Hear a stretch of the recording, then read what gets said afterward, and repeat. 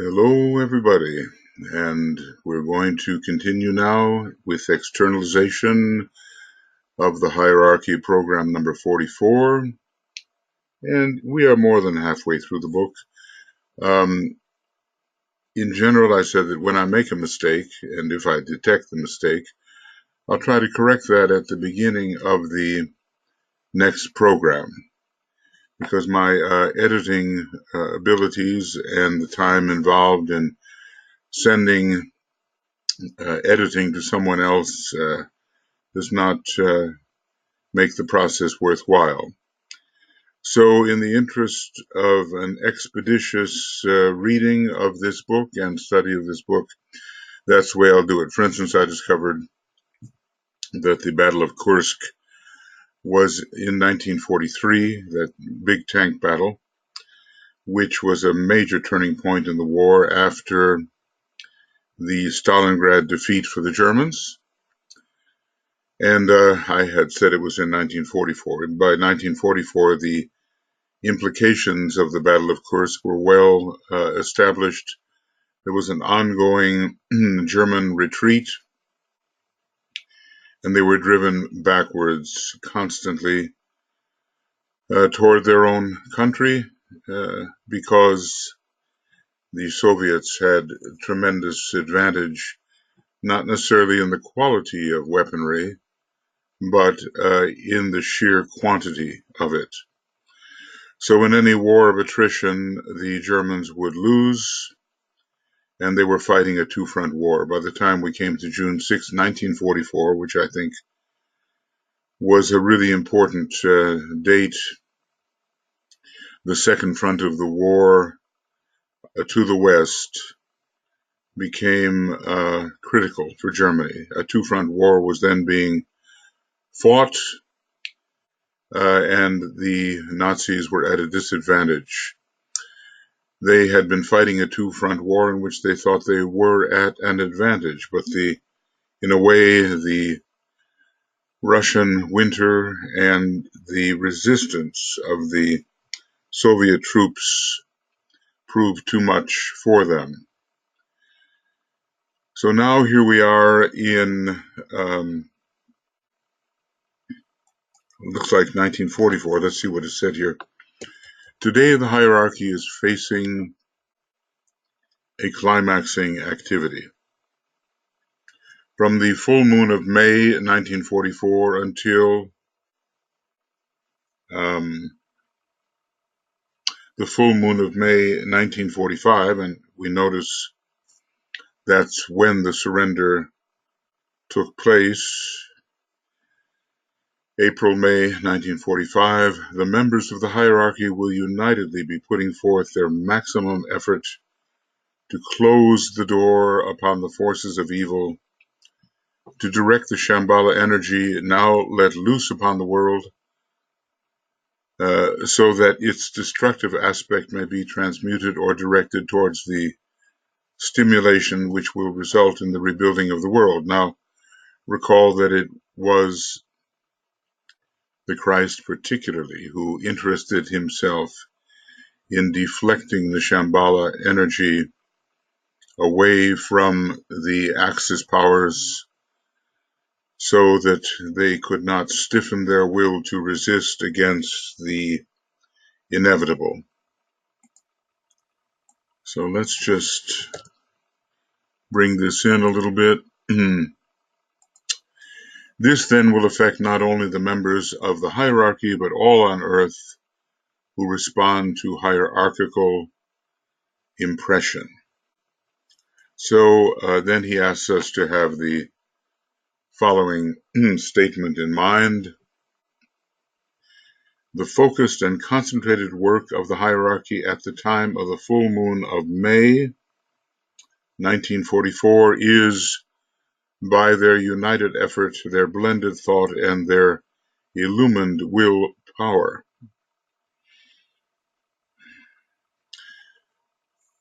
under the trained guidance of the Buddha and the Christ, to withdraw the energy of the will to separation and aggression, a distortion of first ray energy, away from the forces of evil, and to channel it channel it again via the hierarchy. It will then demonstrate as the will to good, and this will express itself via the men of goodwill on earth. This requires a great act of absorption by the hierarchy. So we seem, here to be in this, we're in the period of 1944 when this is being written, I believe, in May of 1944. So I will focus this important statement because we can see how hierarchy manipulates certain great energies and a great expenditure of energy to themselves in order to assist the planet and humanity in the necessary victory. So we do know an interesting thing, that the Shambhala energy had been in a way inverted or sidetracked, and a group of evil individualities, or, well, they were human beings, was able to access this energy without the energy of love, without the energy of the soul, and unleash it for negative purposes upon humanity. Now, we might say that what is being said here is that under the trained guidance of the Buddha and the Christ, this energy, which was used for separative and aggressive purposes, will be withdrawn away from the forces of evil and channeled through the hierarchy. These are great manipulations using methods of which we know really nothing. But suffice it to say, the Christ, as the supreme commander of the forces of light, that is, the representatives of the hierarchy fighting, that is, the United Nations and the allied powers in general, behind these forces of light stand still greater forces of light until we begin to reach the forces of light on the highest parts of the cosmic physical plane. And hierarchy sees the need, or saw the need then, for an all-out effort to end the war. In various places, DK had warned about the excessive extension of the war, exhausting humanity entirely, and who knows what would have been the outcome of that. Already, I think, exhaustion, as it was experienced after the First World War, led to a pandemic of the flu. They called it the Spanish flu, which killed between 50 and 100 million people. I suspect that's more than were killed in the entire war through combat and the normal processes of war. The Buddha will start the process at the time of his appearance through the use of a great first ray mantra. This can only be used only by someone of his initiate standing, that's the 6th degree in this case, and participating in the taking of the 7th degree, and in collaboration with the Lord of the world. Amazing, amazing interior processes, aren't these?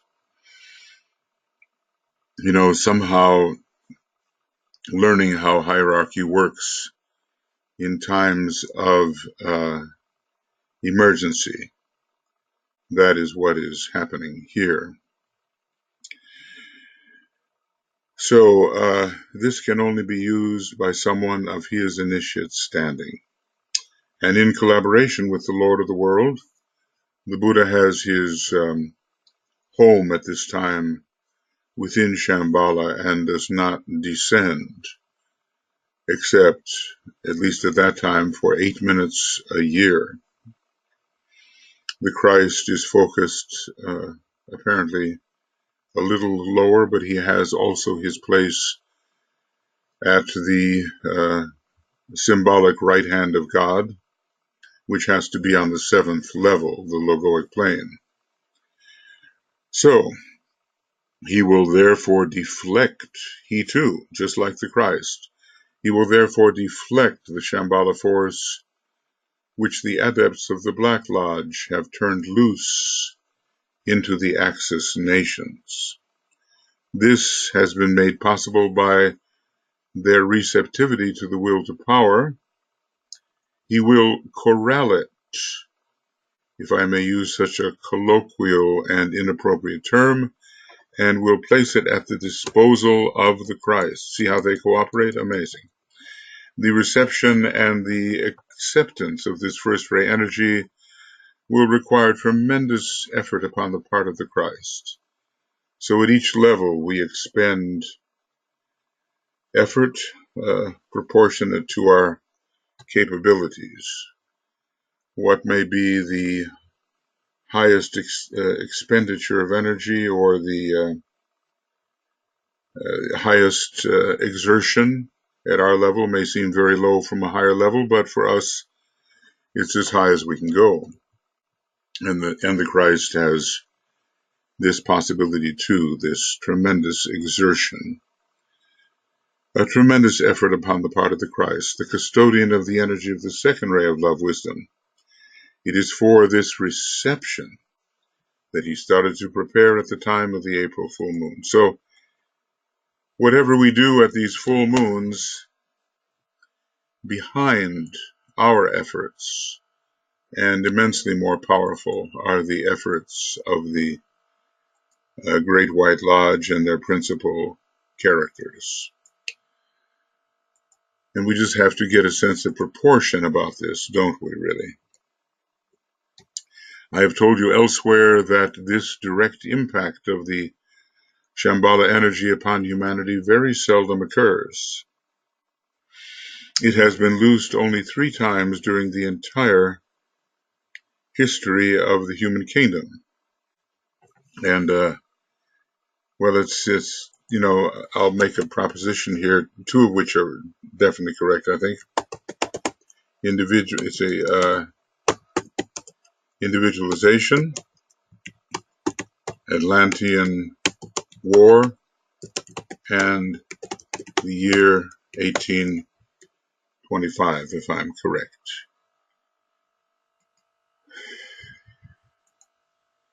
At other times, it makes its impact directly upon the hierarchy and is then transmuted and stepped down so that humanity can take it.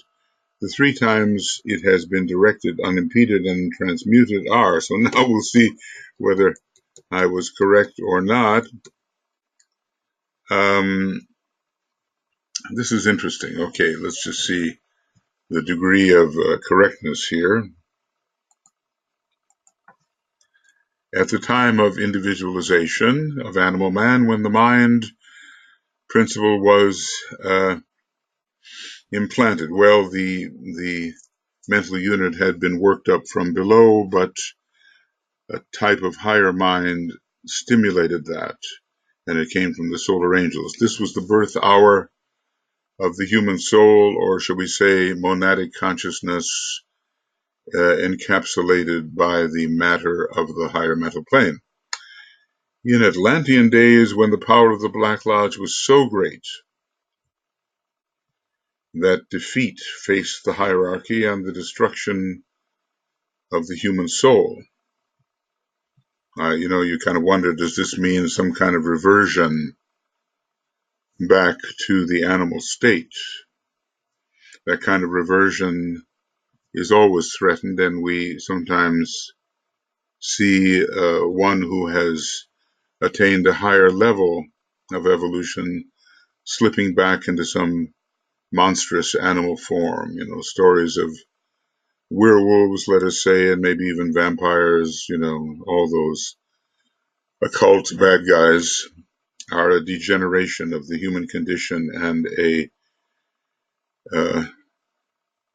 sort of a recrudescence of the animal state, but in a very distorted manner. and a monstrous manner. We're told in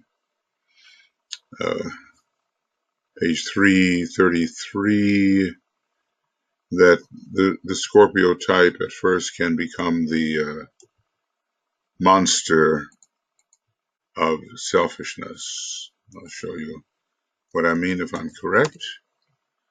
The monster. Okay, the monster. Unity of selfishness, the monster. And this is for the undeveloped human being, and it would be even more so for one who is developed and decides to turn all powers towards selfishness. Okay. And today, once again, the powers of darkness are attempting to destroy humanity and the spiritual values.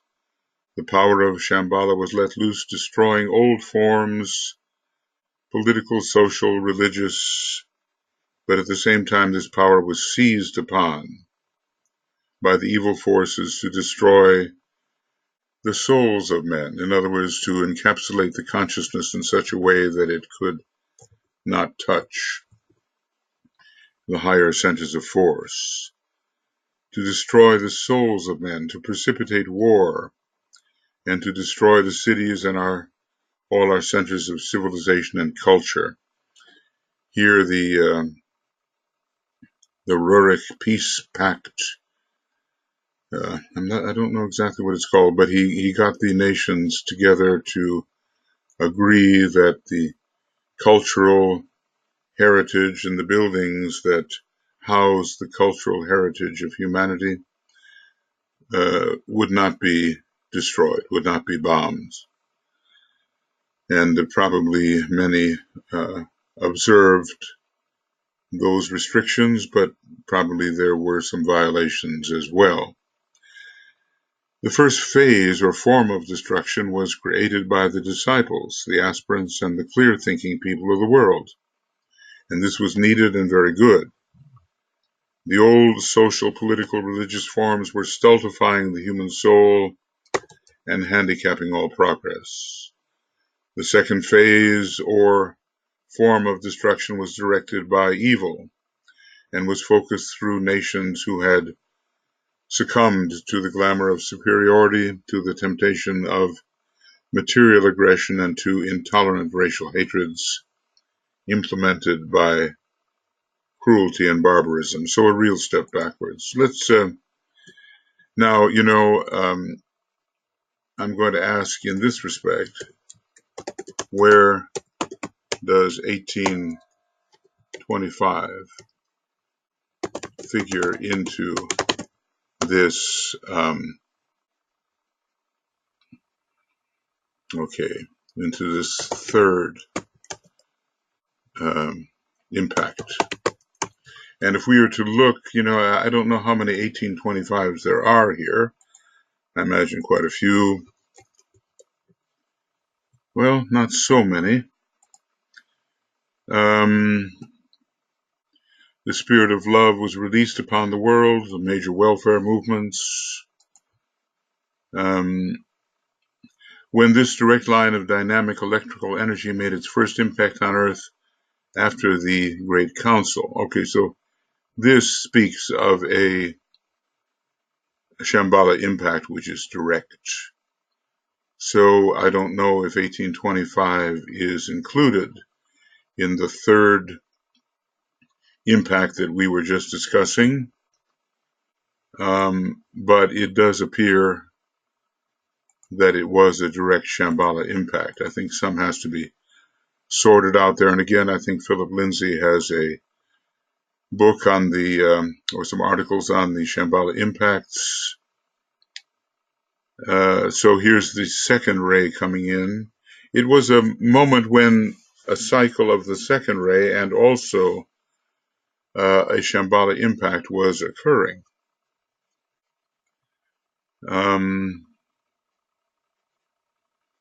Okay, the effects are working out. The great industrial movements and so forth came out. These are councils being held 1725, 1825, 1925. All these changes have been due to successful response of our planetary life expressed through the human kingdom at this time to the process of evolution and to the inflow since 1825 of the will energy from Shambhala. Well, maybe it's a more gradual inflow rather than a direct impact. The period started in 1825 and will continue into the end of this century. There was a Shambhala impact in the year 2000, and the century being spoken of here when the writing took place is the 20th century. So definitely 1825 may be a starting point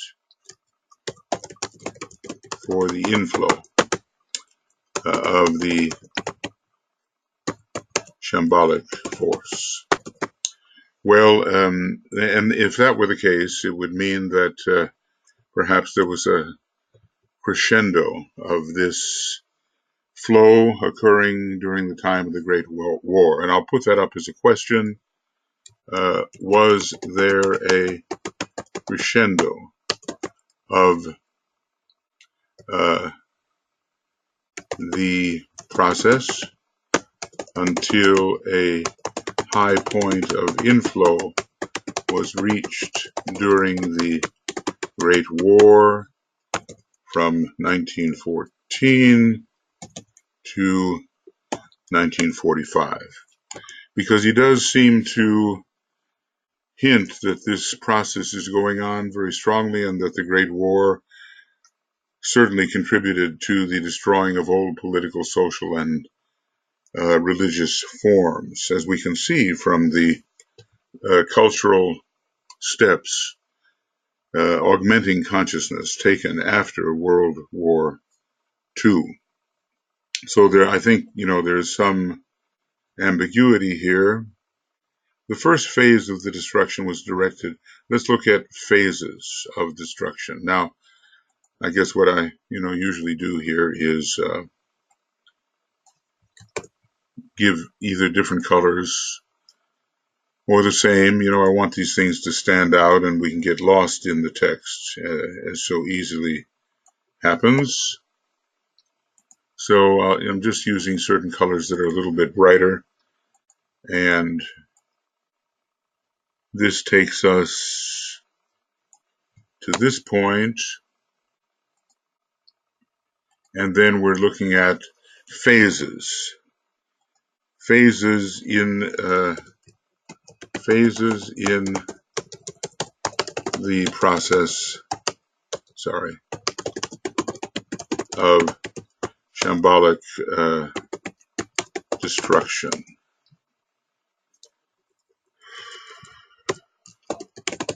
The first phase was undertaken by the aspirants and disciples, and that needed, now in this case it's interesting because the originating impulse came from the powers of good, and oftentimes it's the other way around.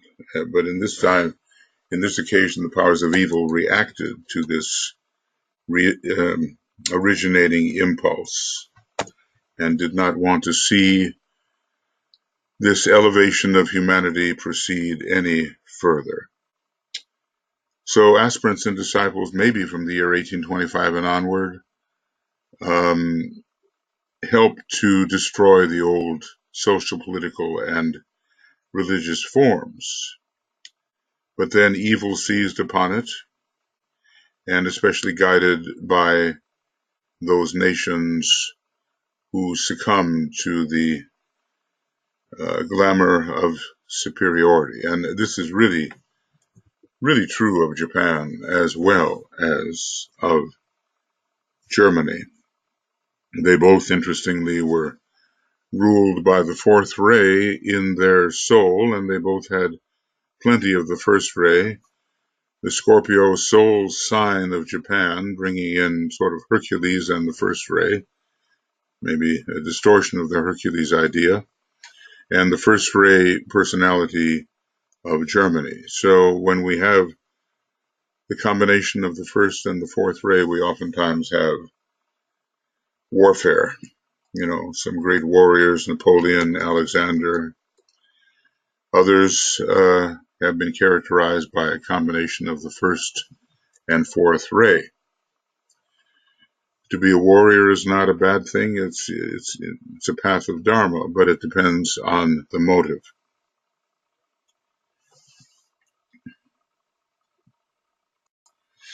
I took just a tiny little break there, but it crossed my mind, that so much that is said here and going to be said about preparation for the post-war period has not been thoroughly carried out, and the bridge towards the new civilization is not yet strong, not yet firm. So we still have many of the indications here from Master DK to carry out. Now here he's basically talking about Shambhala impacts, individualization, the war in Atlantis, and then the more modern era. Of course, Lemuria was destroyed, they say, by volcanoes, but probably that was not in the order of a direct Shambhala impact. Starting from 1825, we have the inflow of the Shambhala force, and this was tempered somewhat by the presence of a strong second race cycle in 1825. I guess what we could say is that the high point of the 500-year second ray inflow was reached. It began in 1575, a 500-year cycle, so 250 years. So 18, and then we have 20. Let's see how that works. We have 2025 and another 50 years. 2075 will be the end of that cycle, and then there will be more of the combination of the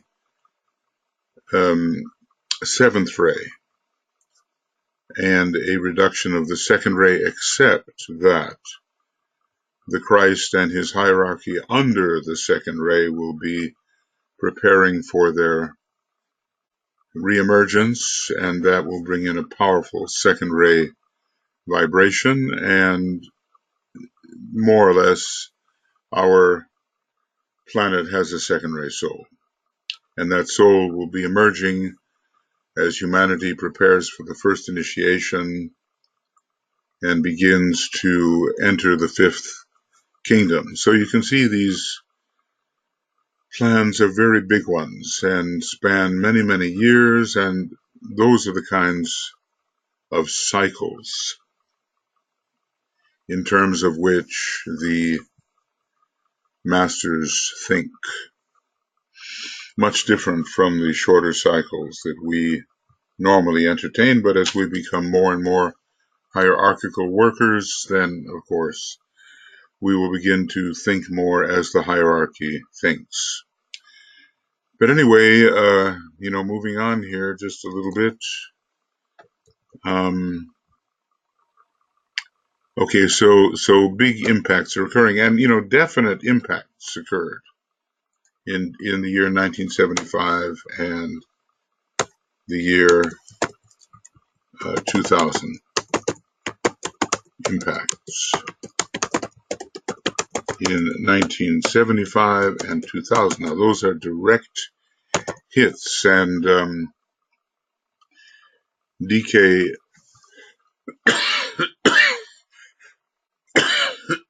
I'm sorry, DK did not tell us of future impacts, but when one thinks of the impending year 2025,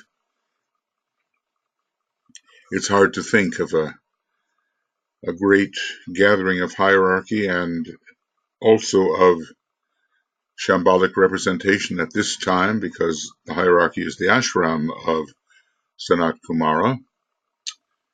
It's hard to think of that kind of gathering without a major inflow of shambolic force. And also, at the time of the great decisions, every 49 years, it looks like, see, 1903, 1952, 2001, every 49 years. So 2050 will be a very important year there. We can see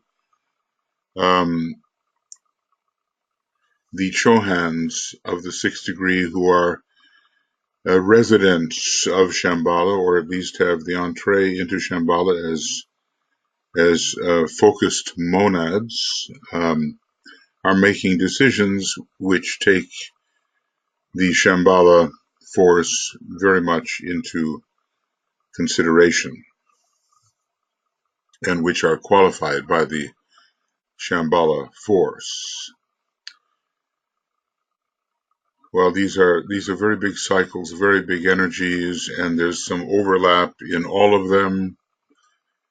And I guess what we have to ask ourselves is there a difference between a gradual inflow of the shambolic force, as apparently from 1825 and onward, and compared to a direct impact, individualization, the war in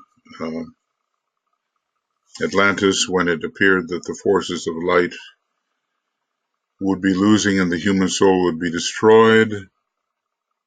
And then impacts 1975-2000. I guess, sort of my big question is from 1825 till 1950, the Great War, if we're not still engaged in it on some level. What's the difference between that gradual inflow and intensification, such that the forces of evil could take advantage of it? It was definitely there. The difference between that kind of inflow, intensifying inflow, and the actual impacts that are occurring at selected times, two of which have occurred definitely, and in the past, by the time this was written, and two of which were anticipated and have now occurred, 1975 and the year 2000. Suffice it to say, we really are dealing with the energy of the will, and the question is whether and to what extent humanity can handle this in a constructive manner. We always realize that some form of egotism or separativeness or self-assertion seems to occur when this energy is appropriated. It's oftentimes a first response. Now, we're given a different kind of first response here. Disciples, initiates, etc., sought to break down the old forms, and then evil responded, trying to retain the old forms. But usually and often it is the form side which responds first. So, there's definitely some sorting out to do here, but suffice it to say, humanity at its present stage of evolution is really dealing with an intensified access to the will. And the forms that we create and the way we treat our energy system and develop it will determine very much how we respond to this inflow of the will. The time has now come, says the Tibetan, when this divine energy must express itself through the second aspect of the will to good and not through the first aspect, the will to power. Maybe some of you have seen, I've mentioned it before, that famous documentary made in Germany, was it in 1933 or somewhere in there, in the early 30s, called The Triumph of Will. And it was great, a Nazi propaganda film by Leni Riefenschneider, something like that.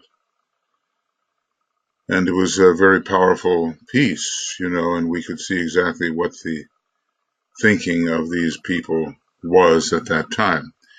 The will to good was not there. The second aspect was not there. So let's just say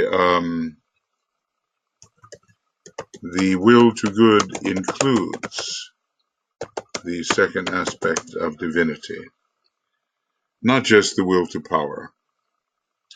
Mankind has had to be shown that it is not yet ready for power, because the will to good is not adequately strong to balance this first aspect of the will.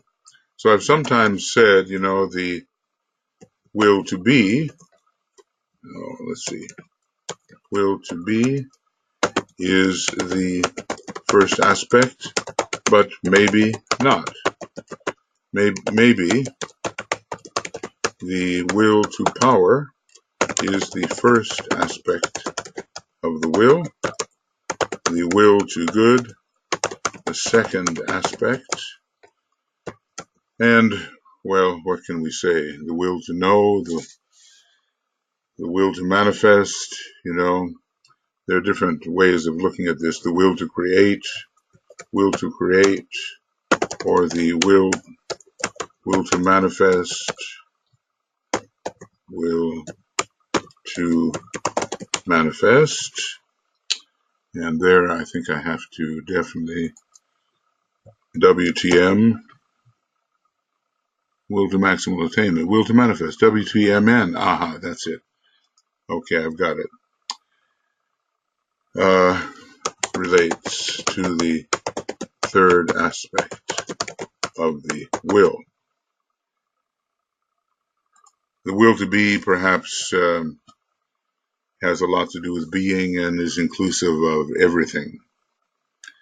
But it is a very high aspect of the will, and maybe it's sort of like the point within the triangle. There are many of these aspects of will that DK seems to discuss, and they seem to align with different rays. The will to power with the first ray, but also the will to initiate with the first ray. The will to good with the second aspect, the second ray, but also the will to fulfillment, or the will to coherence. These are also second aspects of the will. So it's hard to contain in one name some of these aspects. But anyway, the point here is simply this: the time has now come for the will to good to manifest, and that definitely includes the second ray,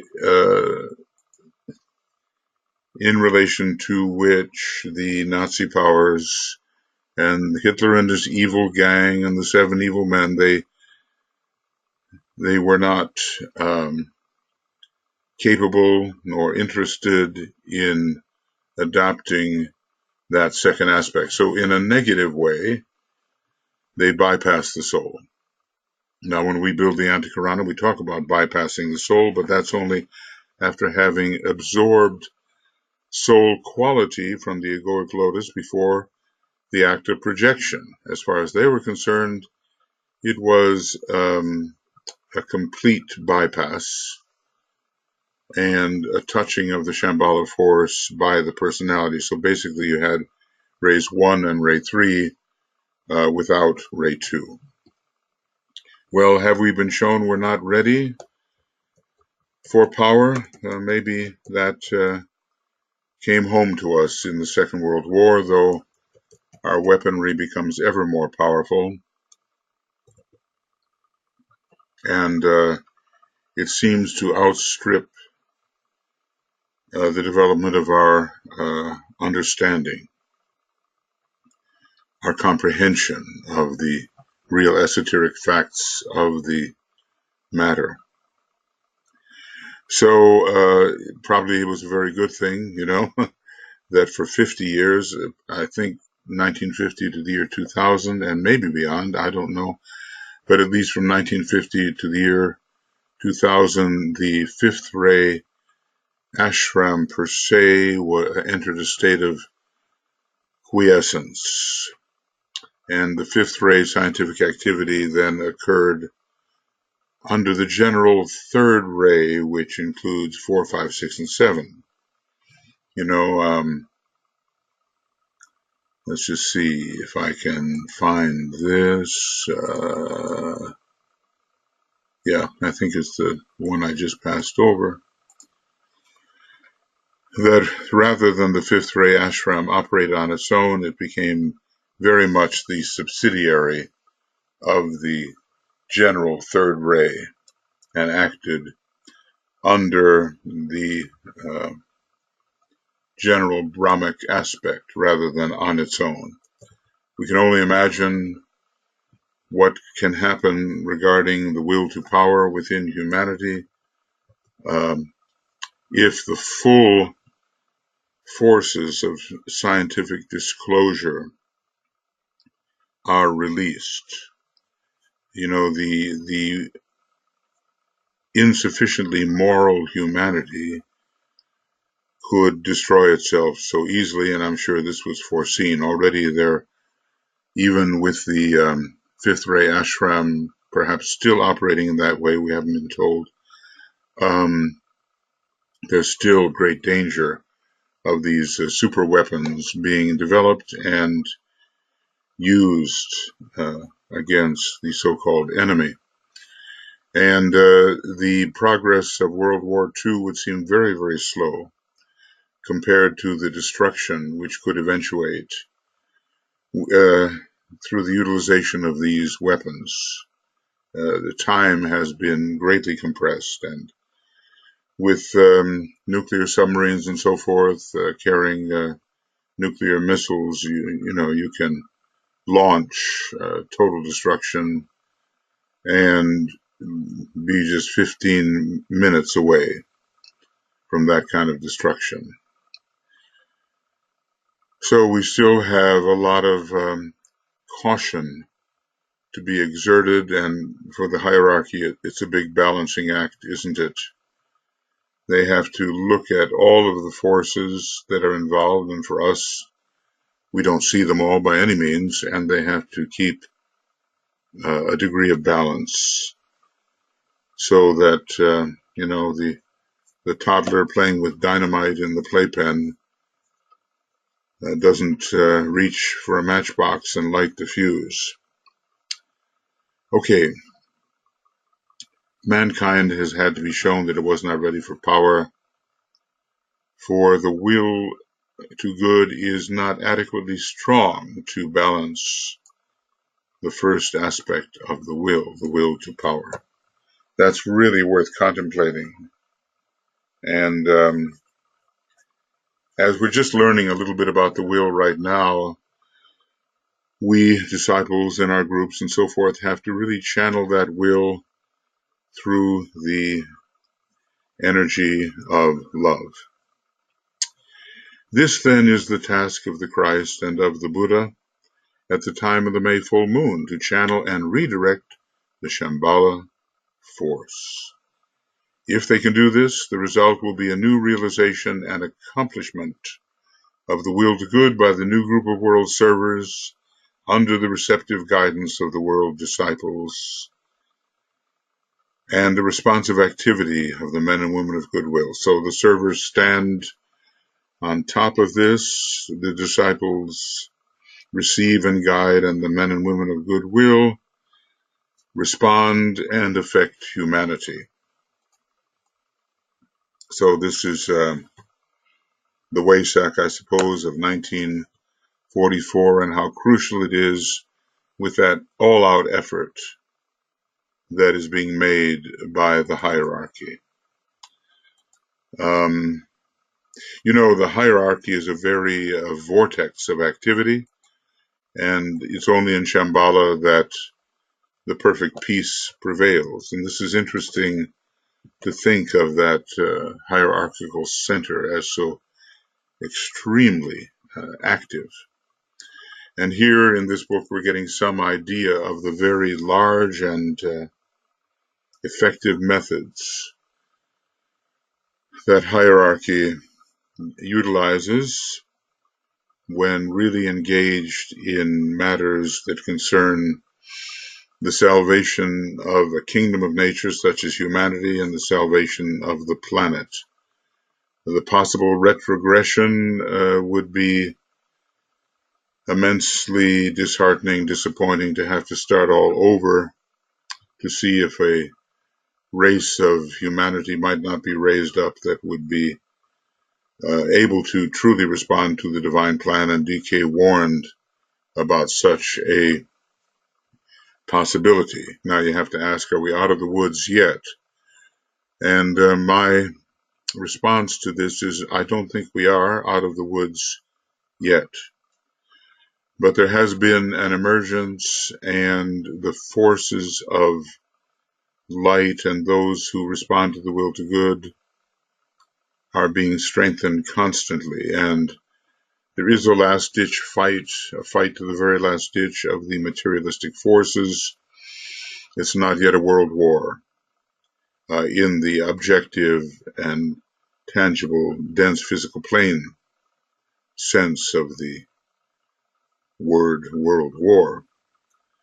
But there is a war going on, and one can really see it. I only can wonder at how the people who don't study occultism see all this. You see, we have a great advantage of the history of the planet presented to us in the Secret Doctrine, and a great revelation concerning the occult process presented very directly by Master DK in the Alice Bailey works. And what we see can be very disturbing because of what we believe we know. And for those who don't have that perspective, maybe it's less disturbing, and the people become part of the problem, and the idea here is if we don't understand the problem, we are actually part of the problem. So here it is, 2019. This is a book written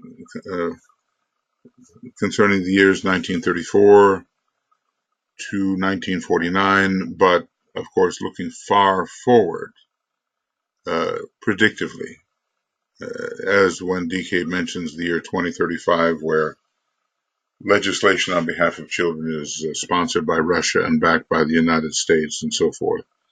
We're looking far ahead, okay? So maybe, more than 100 years of history is taken in this book, and some references to the Atlantean antecedents of present situations. So the discussion covers a great span. Therefore, says the Tibetan, get this clearly in mind so that your cooperation can be intelligent and rightly directed. In other words, help build up the will to good and access to it and application of it. I guess every day we can ask ourselves, have I acted in accordance with the will to good?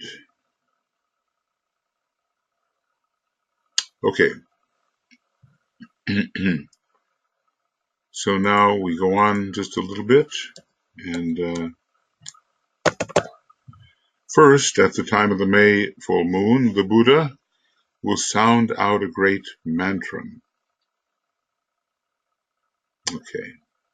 We've been told that can only be used by someone of his status and become the absorbing agent of first ray force. All this question of how to absorb, how to retain, how to release, we're being slowly trained in our full moon work to do on a much lower level that which the Buddha is spoken of here as accomplishing. He will use the magnetic power of the second ray to attract this force to himself and will hold it steady prior to redirecting it. The Christ will then, on behalf of the hierarchy, become the receiving agent of this potent energy, and the 7 groups of masters who work with the human and subhuman kingdoms will, in response to his demand, become the directing agents of the 7-fold expression of this force. I find this to be,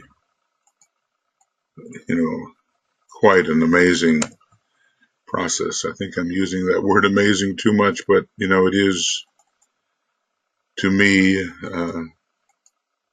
very alerting, It captures my attention when I think of how the hierarchy works. And these processes are described in terms that we can understand, but who knows what really goes into them. So this is the coming Wesak, okay? And we can understand, why we really need the occult guidance and assistance. We're not capable of doing any of this. And it's processes such as these which really win the war and tip the scales towards the preeminence of the angel rather than the dweller. Absorbing agent of first ray force. Well, we know there is much of the first ray in the Tibetan, in the Buddha. He's probably been involved with the 2-1 ashram on the second ray. And he is focused in Shambhala at the moment, with its first ray power. And basically, at least in part monadically, he works under the third ray, which is part of the hardline series of energies. Anyway, he's equipped with both the first and second ray. Well, he's equipped with all 3 rays, as we see. Third ray monad, second ray soul, first sub-ray of the second ray soul. I believe when Master Moria was speaking of him, using sort of rubrics that are arresting to our consciousness, he called the Buddha the lion, something of that nature. And I think Plato was called the thinker, and maybe Freud was called the materialist. He's not naming names, but for those who can figure it out, he is directing the thought so that we understand. So this is right here, let's just call it a great cooperation between Buddha and the Christ. With regard to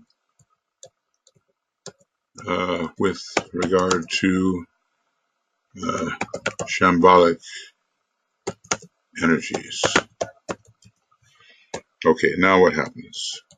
Second, at the time of the June full moon, now remember, the June full moon was, let's just say the month of June, was the D-Day. And it strikes me as interesting to find out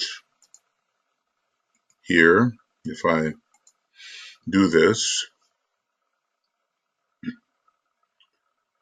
and let's just say, okay, I'm here in Finland at the moment, and if I were to go back year after year, and I'm sure maybe there's a better way to do this, let's just say 6 June 1944. Whoa, that's interesting, isn't it?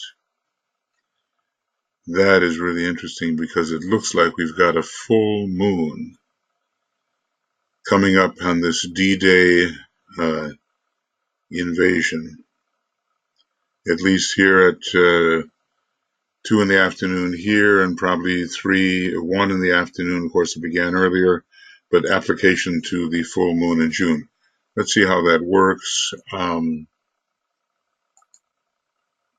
going to animate this chart, and we're going to say 6 June 1944, and let's just say let's say 6 a.m., something like that. And indeed, we are in the application to the full moon in June at that time. That's Eastern European time. And if we move back a little bit, we'd have the Central European time, whether it's daylight time or wartime, I'm not sure, but we do have an application of the moon to the full position. And if we go by some hours, well, I think the thing to do here is just look here at the lunar phase and apply it. And we'll just call it 6 June 1944.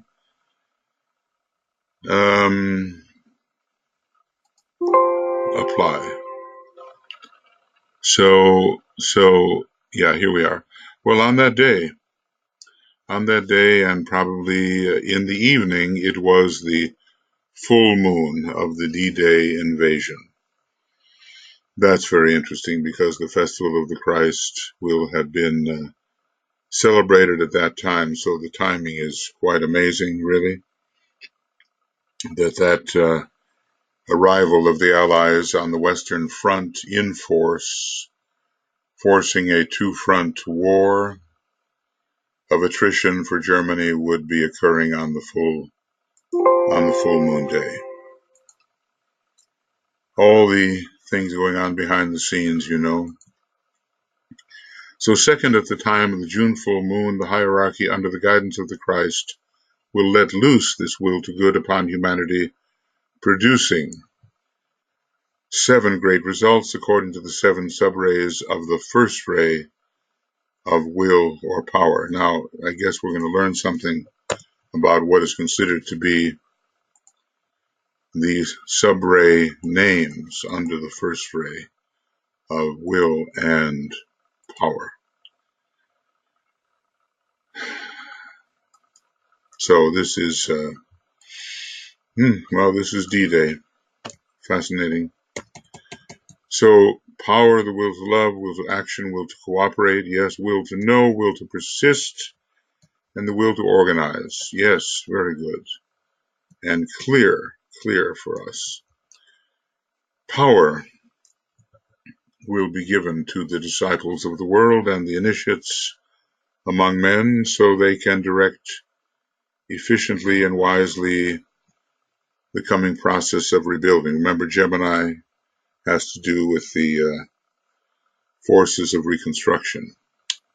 Number 2, the will to love will stimulate the men of goodwill everywhere so that hatred will gradually be overcome and men will seek to live together cooperatively. This will take some time, but the inner urge is there and subject to stimulation.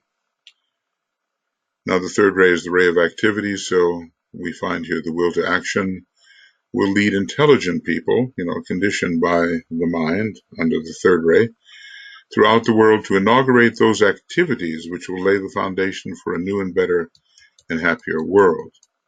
Now the will to cooperate will steadily increase also. Men will desire and demand right human relations, coming in, interestingly, under the fourth ray, a result more general than that produced by the activity of the first 3 aspects of this ray, but which will be a natural outcome of this activity. So some generality enters here in these rays of attribute.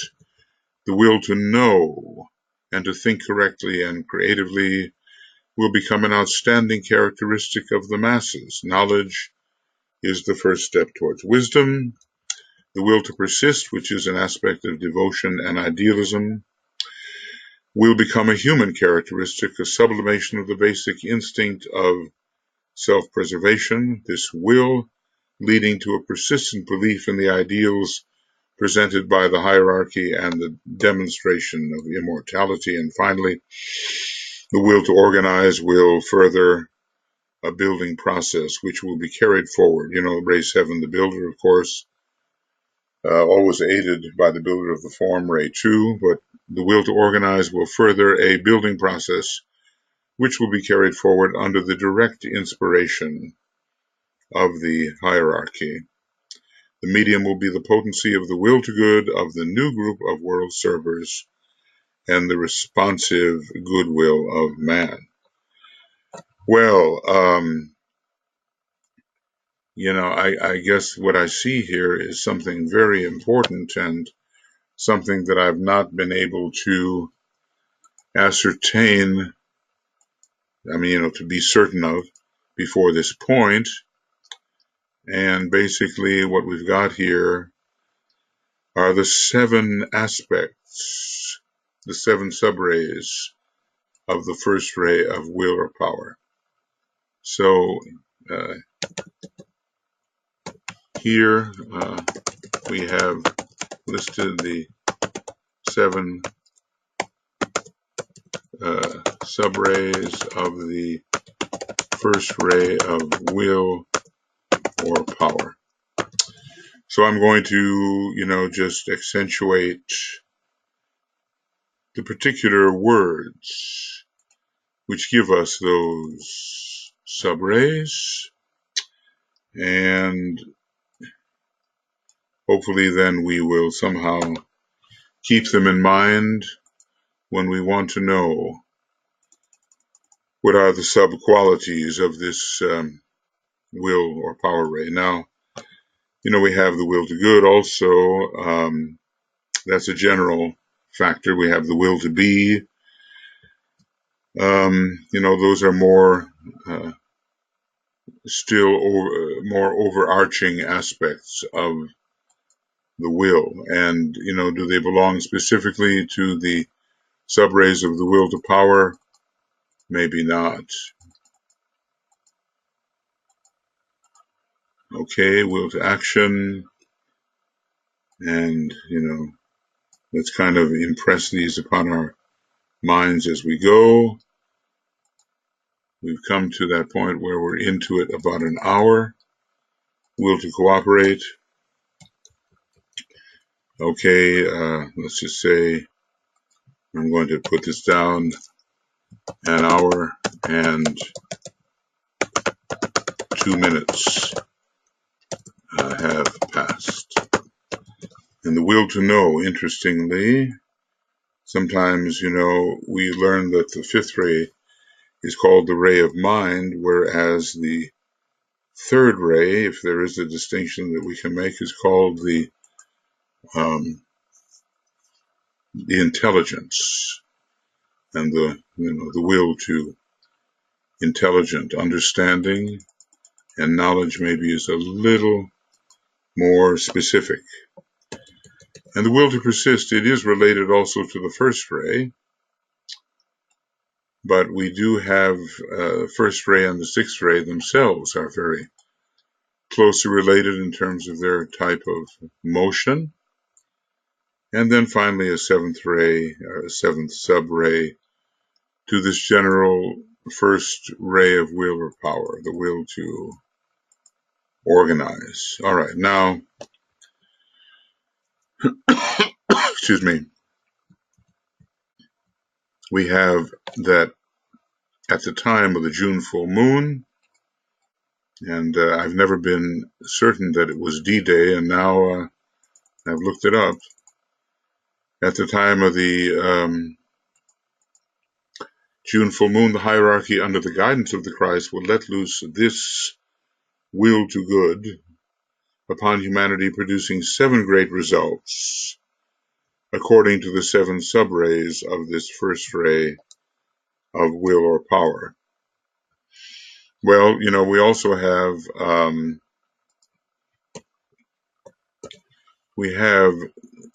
note here. Note that the Tibetan has spoken in general, of the will to power and the will to good, and not here of the third general aspect.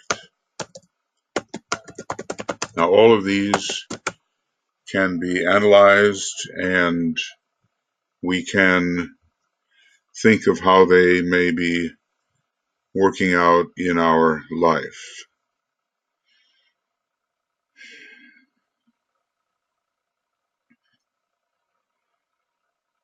Okay.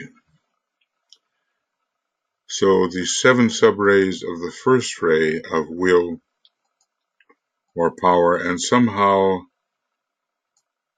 the perhaps the will to power is included, but not the will to good. So you begin to wonder whether it's a still more general category of the will. Instead, the will to love is here. But systemically, the law of love comes under the 6th ray. So there are certain kinds of categorizations which we have to try to organize within our minds, because the issue is somewhat complex. The law of coherence goes along with this will to love, and the law of love goes along with this will to persist, related to the 6th ray. I guess all of these have to be isolated and have to be meditated upon. But I guess, the important thing is here, let's say, from the Buddha to the Christ comes this process of capturing, receiving, and releasing into humanity. And all of that passed long ago. All of that passed, let's say, 75 years ago, 76 years ago, something like that. And it is these great movements initiated by the directors of hierarchy, which have won the war. Okay, well, probably there's going to be a change in the quality of the sound right now, because I just noticed that I was unplugged from the computer, but the computer was picking up my voice, but without a headset. Now there is a headset, and I guess that's been going on already for about an hour, something of that nature. So naturally, my chronometer is completely thrown off. Why should I expect anything different, But, hopefully everything is audible. That's what I hope is the case. Yes, so there will be some variation in the sound. I also noticed that I had the microphone up a bit higher than I intended to, but hopefully what I've said has taken, and you can adjust your listening according to your taste, according to your hearing, and so forth. So now I'm back to where I want to be. I am plugged in, and I have lowered the volume a little bit. Now, let's go on with what the Tibetan says. And we're basically in the second hour of our work. I have expressed in these few simple terms the results of the planned determination of the two great lords which must take shape and emerge at the time of the May and June full moons. He uses the word must, doesn't he? What they succeed in doing will take years to demonstrate, but the end is inevitable once the right direction of the will to good has been achieved. All right, so let's just say, the great lords were at work. The two great lords were at work, and the emergence, the manifestation of their efforts would later emerge. We don't know when, but we do know that following the war, there really was a great revolution in consciousness. And we do know that in the year, I believe it was 1966, the way the Tibetan seems to describe it, the Christ took over the vehicles, I believe the vestures or the triadal vehicles of the Buddha. And immediately following that appropriation of these high vestures left for the Christ to appropriate, left by the Buddha, there began this consciousness revolution in the West. The East moved towards the West. You could see it already beginning to happen, but it gained great emphasis and speed and power from the late 60s onward. And what can we say? It was a period. Is it still in effect? Well, I think maybe another assertion, another charge is needed, and I think the Tibetans' new dispensation will offer a great deal of that charge. So anyway, there will be a working out. The end is inevitable once the right direction of the will to good is achieved.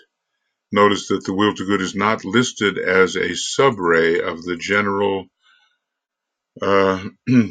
will aspect, the ray of will or power. Although, it is definitely there and is associated maybe on a superior level with the second aspect, and the will to power as one of the three.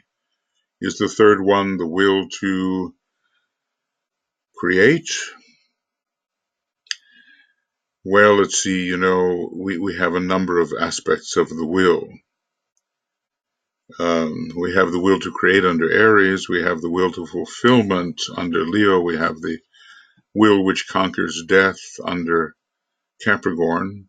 The different categories of will are presented by the Tibetan in various places, and we just have to see what the basic structure is.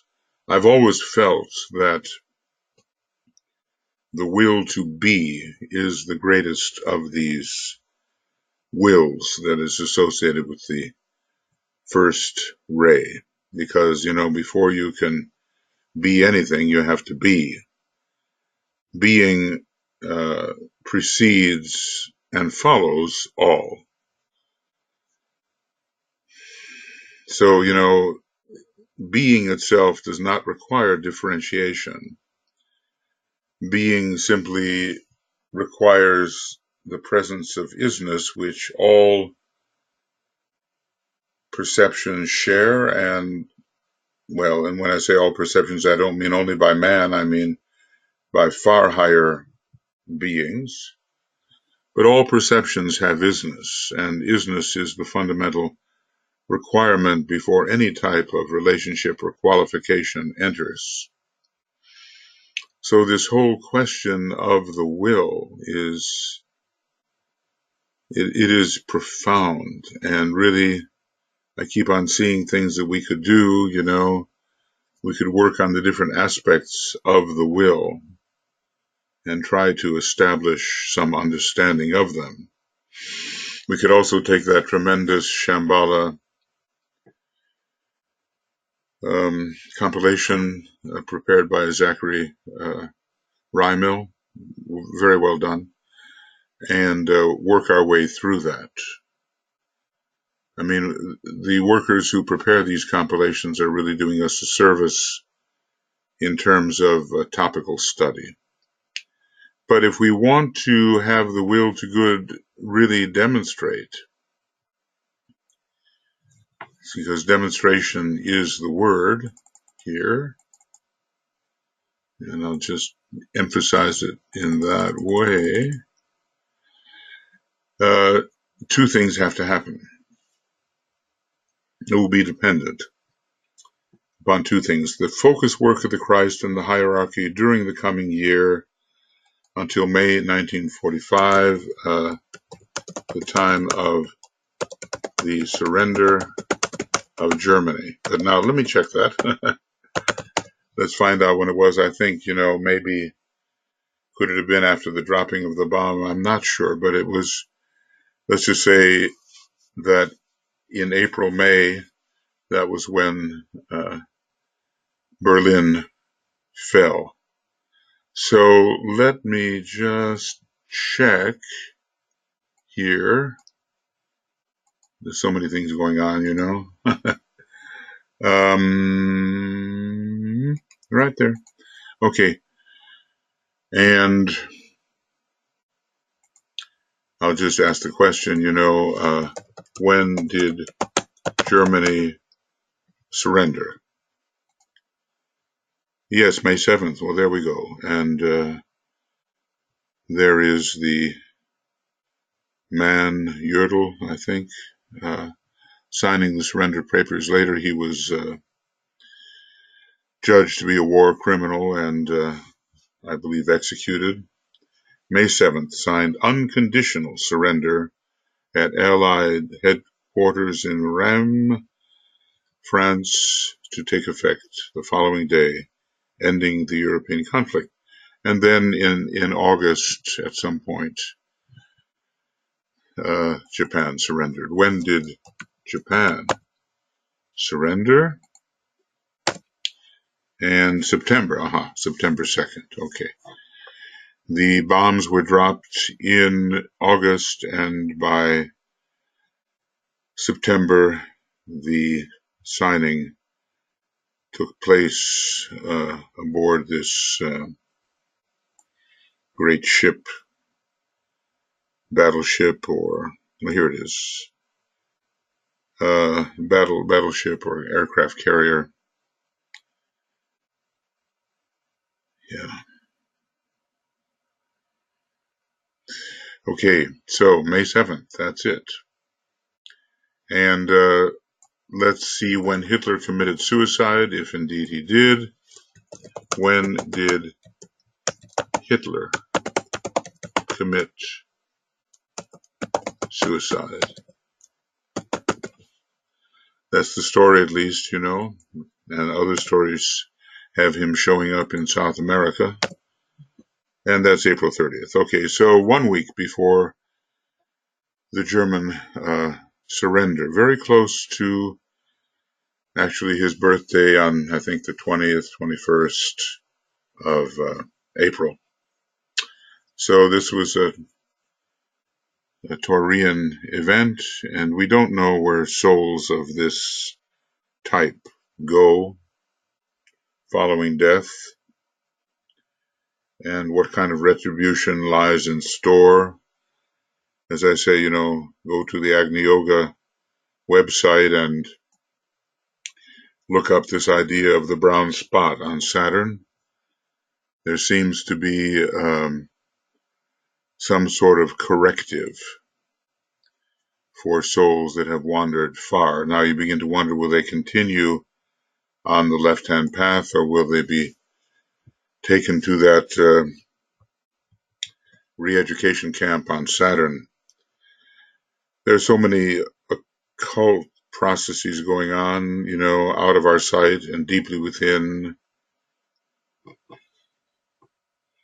Looks like Mussolini died April 28th, 1945. He and his mistress were shot by the partisans, and Stalin later in Pisces, 1953. And the Tibetan rather predicted his demise when saying that I'll call it by the word obstructive leadership of the Soviet Union would soon be gone. And then there was a slow evolution which led to Gorbachev reformation and, the present attempt to rebuild the Soviet empire, but I don't think it's going to succeed. These processes that are against the will of the hierarchy, they can endure for a time and delay can result, but eventually they are overcome because the inner hierarchical intention is so much stronger than the resistance. Okay, all right, so we have the idea, May 7th, that was the surrender. The focus work of the Christ and of the hierarchy during the coming year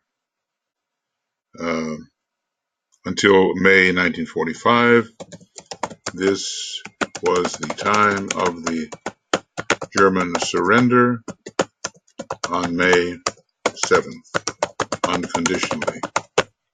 And the reflective thinking and careful planning of the new group of world servers during the same period.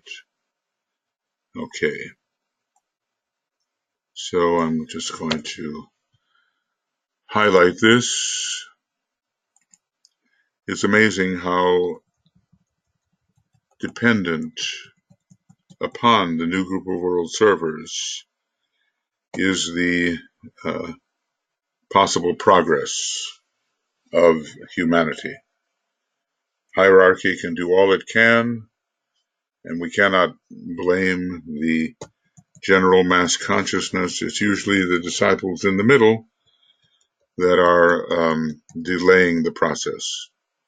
Much outer activity upon a planetary scale will not be possible till 1945. So let's just say the Tibetan foresees the end. But much can then become possible if hierarchical requirements are met. A year of preparation for the tremendous task of implementing the will to good and of producing a better civilization and way of life is short indeed. So what a responsibility being laid upon the shoulders of the hopefully responsive disciples who are reading this. And let's just say huge responsibility laid upon the shoulders of the disciples of the time.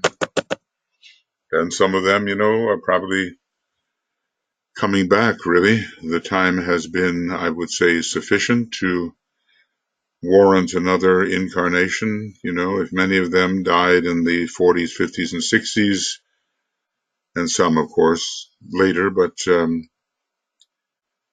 indeed they can be back now and maybe ready to support whoever may be the amanuensis for the Tibetan in his presentation of the third installment. Okay.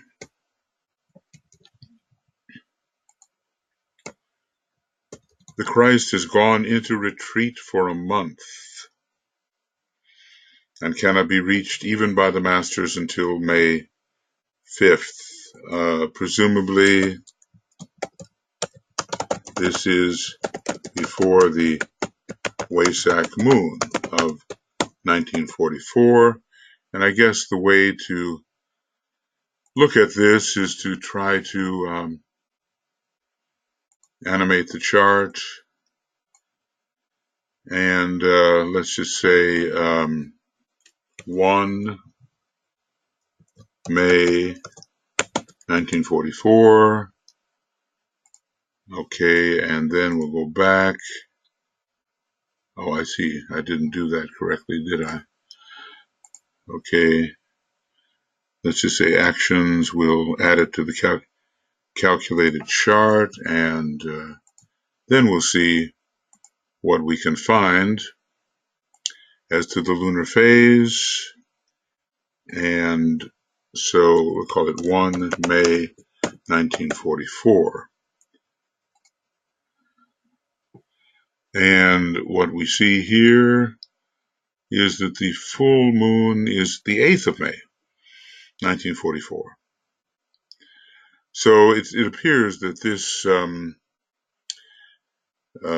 letter is being written before the full moon, and 3 days before the full moon of 1944, it appears that the Christ can again be reached. And this is at 18 degrees. Yeah. Okay. Well, I'm here looking obviously at what's going on in Finland, but we can take it back maybe 3 hours at 6:28. It would be for GMT, the GMT time of that full moon on the day May 8th. So the Christ cannot even be reached.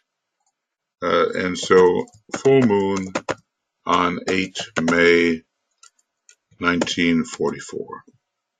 He is in closest consultation with the Buddha and with the Lord of the world. Think of his amazing status. You know, here is the Lord of the world is surrounded by 3 Buddhas of activity who were planetary logi in a previous solar system.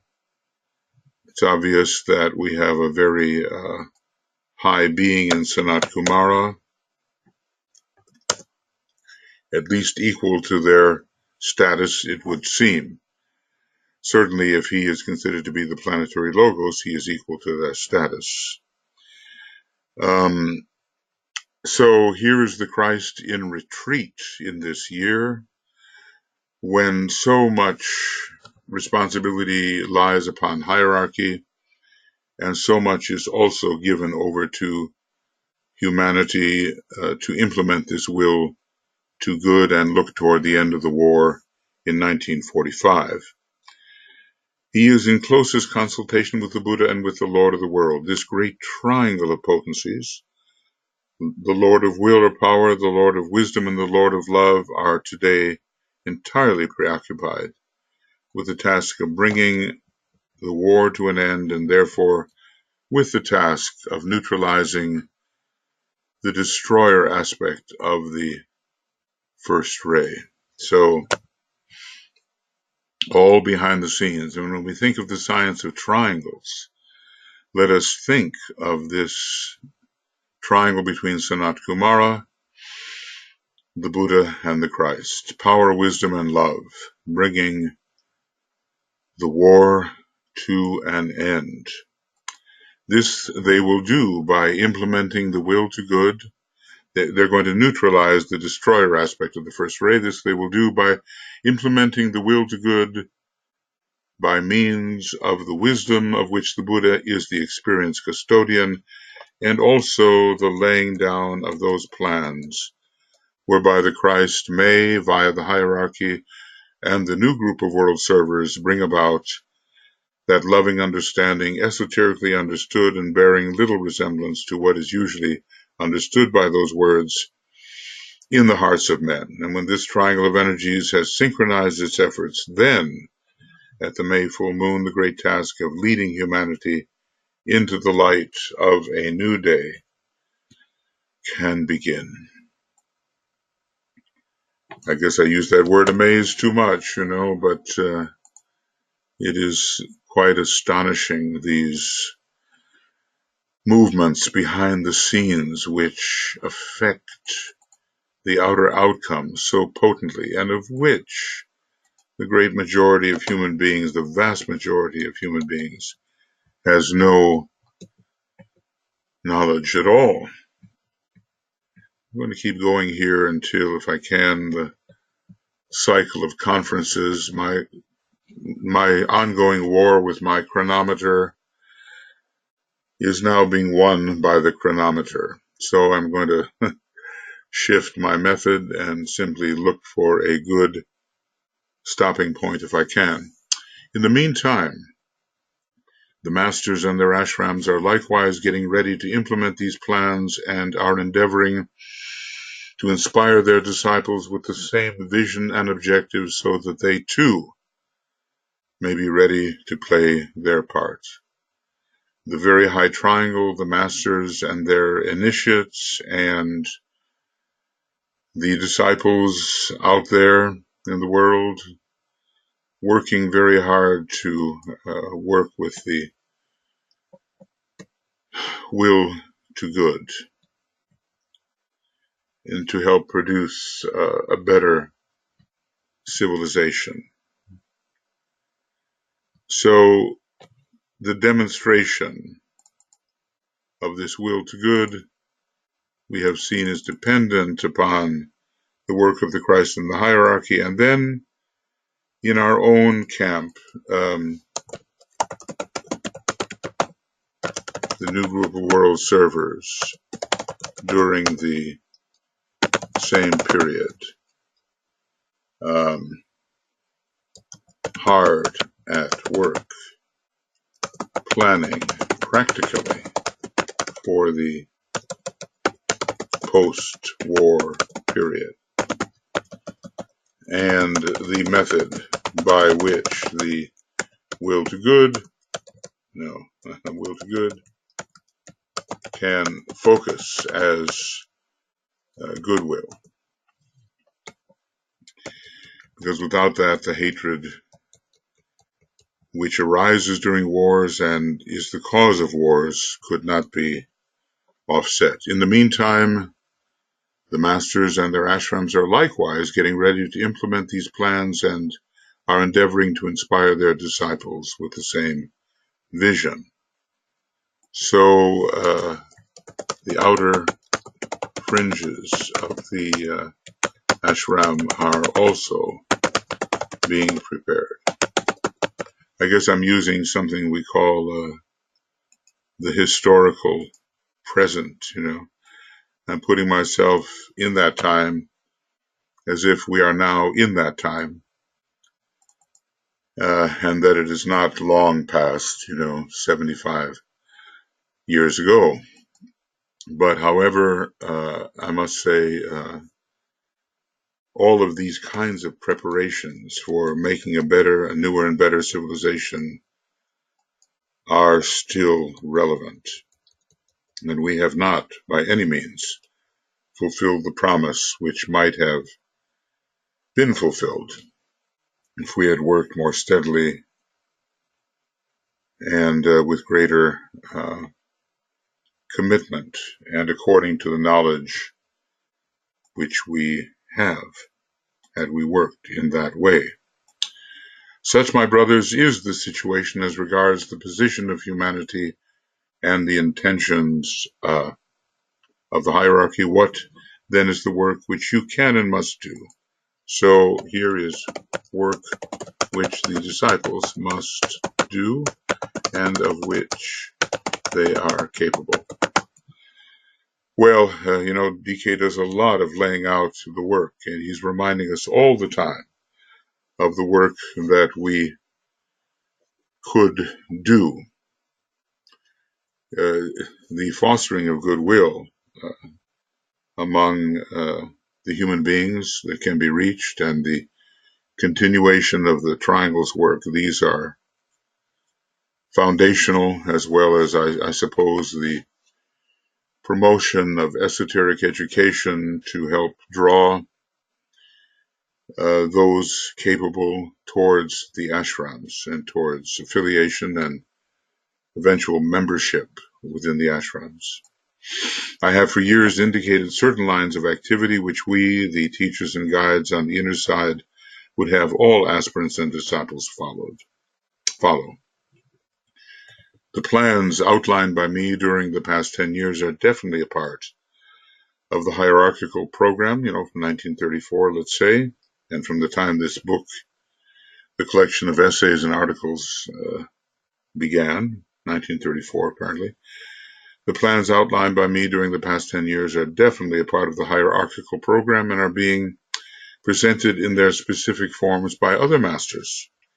There is little that I can add. There is nothing which I can tell you at this time that you do not already know.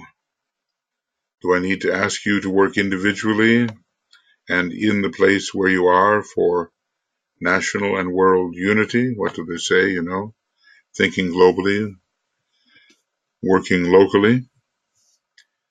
Must I plead with you to do what you can to heal divisions and thus render effective that basic integrity which should unite the three major world powers through which the hierarchy is attempting to work? Now, what are these? Are these, in a sense, the United States, the United Kingdom, and the Soviet Union, now Russia, maybe? Or are we talking about,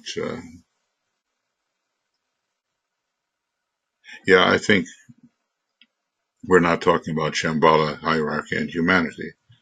So I'll put it up as a question. USA, UK, and Russia. Do I need to enjoin the necessity to counteract hate with justice, understanding, and mercy?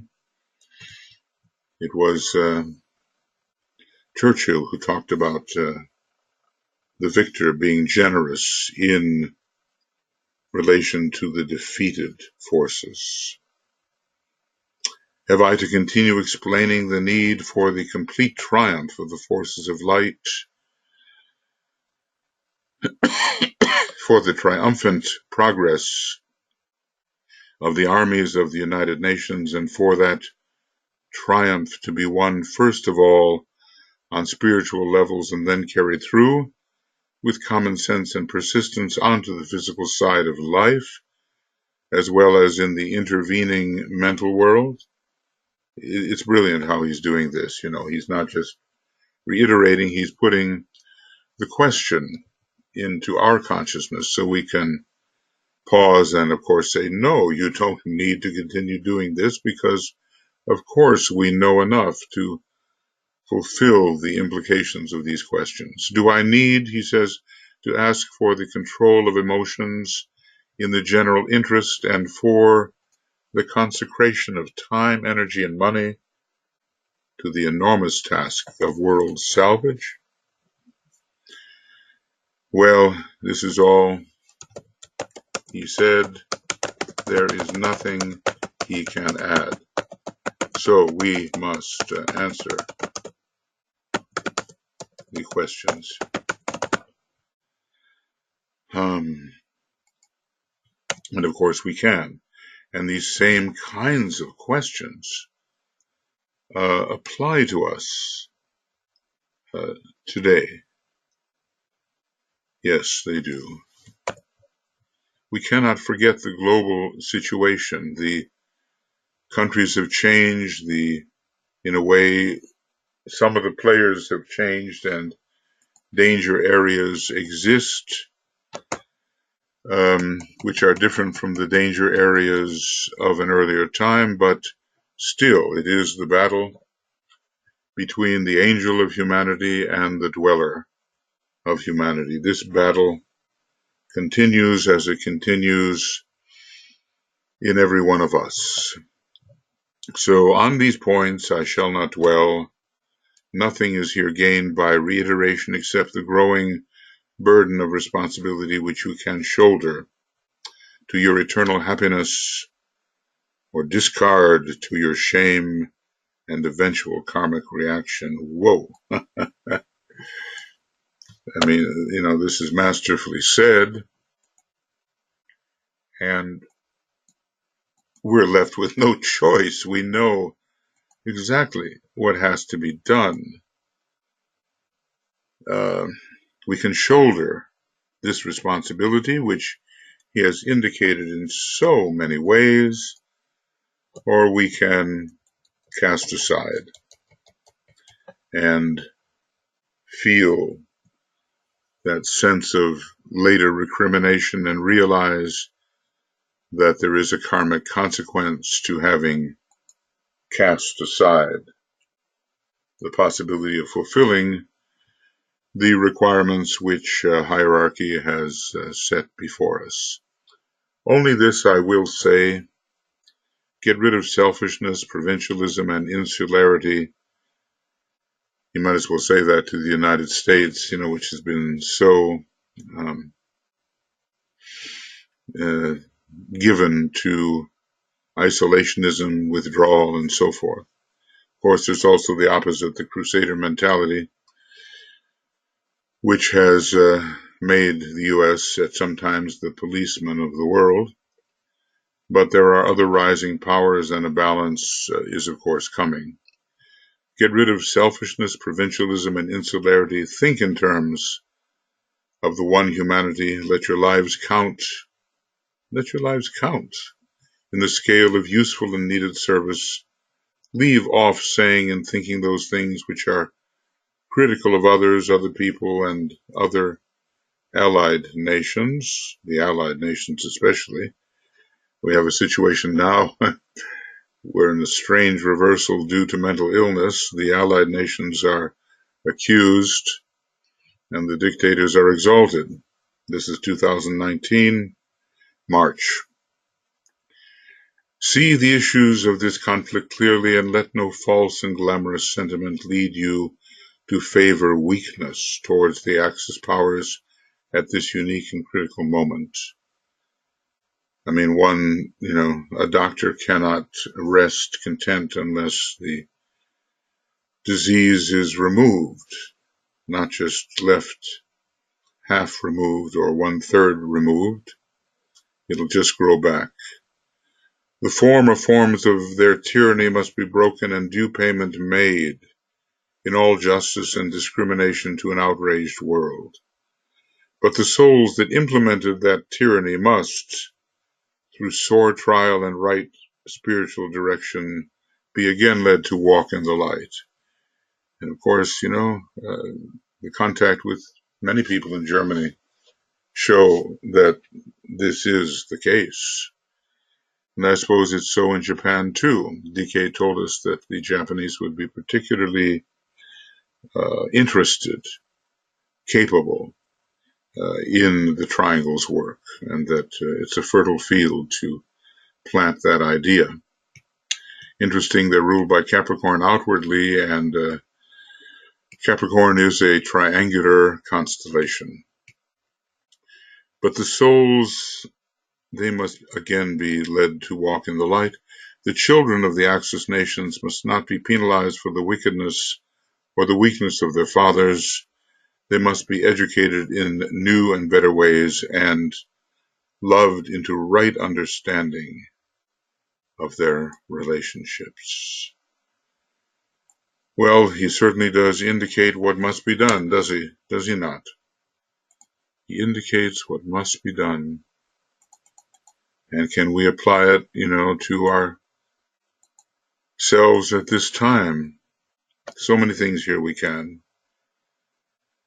And the critical nature, a source of glamour, along with self-pity and suspicion. It's a third-rate glamour, criticism largely. So, it's so interesting that in communist China, it was often said that an official or a person came under criticism. It could pretty well destroy their life. It's a third-rate nation from the personality point of view, and the third-rate criticism which was directed towards them was pretty well eliminated them from public life and may have contributed to their punishment, their incarceration.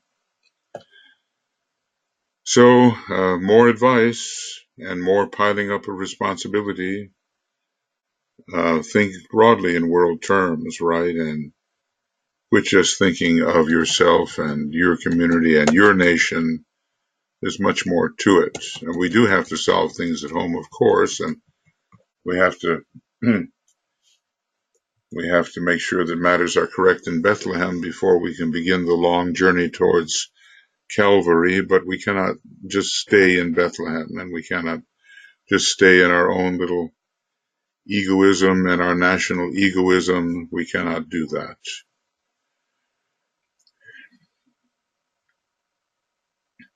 So we have to really, especially now when everybody is so interconnected, we have to think globally.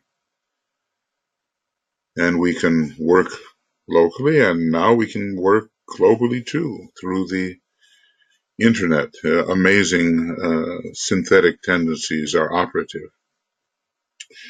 Well, sometimes you look at this, and if what he says is so, you begin to say, oh, humanity, what have we done? Is there a chance for us? For two complete generations, should we say 20, 25 years each, there must be peace, which will be unbroken, because behind it and protecting it will stand the armies of the Lord. At the close of that time, if the educational work done has been adequate, sane, wise, and sound, then these armies can rest from their labors and the sword be turned into the plowshare.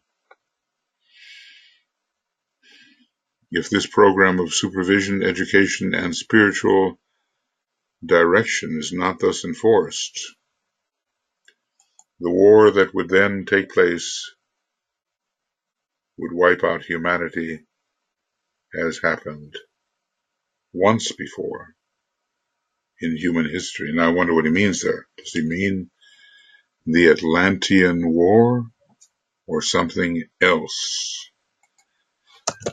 Is this the Atlantean War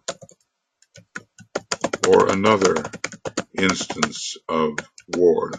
Certainly in the Atlantean conflict, so many were wiped out. Well, this is one of those sentences which demands the most sincere and careful attention. The Tibetan does not, speak through his hat. He tells the truth, and he tells what is foreseen. Educational work being well done. Now look, this is 1944, another 50 years, let's say even 40 years. 40 years would take us to 1984, 85, 50 years to 1995. What is a generation anyway? Does it take us to the year 2000? Is a generation 20 or 25 years? We can put that up for questioning. 20 or 25 years, or 30. Maybe that's a little long, or 30. There must be peace, which is unbroken. Well, in a world sense, there is not world war, but there are local areas of war, and there has been a Cold War, and the armies of the Lord remain on duty, and the Christ remains vigilant. Has this educational work been done?